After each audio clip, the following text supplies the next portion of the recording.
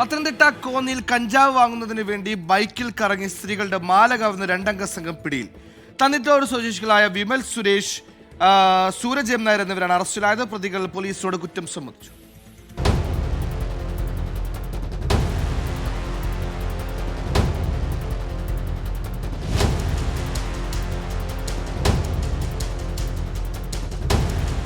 കഴിഞ്ഞ ഫെബ്രുവരി മാസത്തിൽ പോലീസ് സ്റ്റേഷനിൽ രജിസ്റ്റർ ചെയ്ത മോഷണ കേസിലാണ് യുവാക്കൾ കുടുങ്ങിയത്. സ്കൂട്ടറിൽ ഹെൽമറ്റ് ഉപയോഗിച്ച് യാത്ര ചെയ്ത് സ്ത്രീകളുടെ മാല പൊട്ടിച്ചെടുക്കുന്നതാണ് പ്രതികളുടെ രീതി.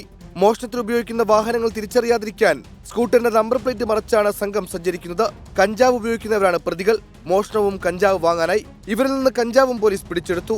കോന്നി, റാന്നി പോലീസ് സ്റ്റേഷനുകളിൽ പ്രതികൾക്കെതിരെ നിലവിൽ കേസുകളുണ്ട്. ഇതര സംസ്ഥാനങ്ങളിലും പ്രതികൾ മോഷണം നടത്തിയിട്ടുണ്ടെന്നാണ് പോലീസിന് വിവരം ലഭിച്ചിരിക്കുന്നത്.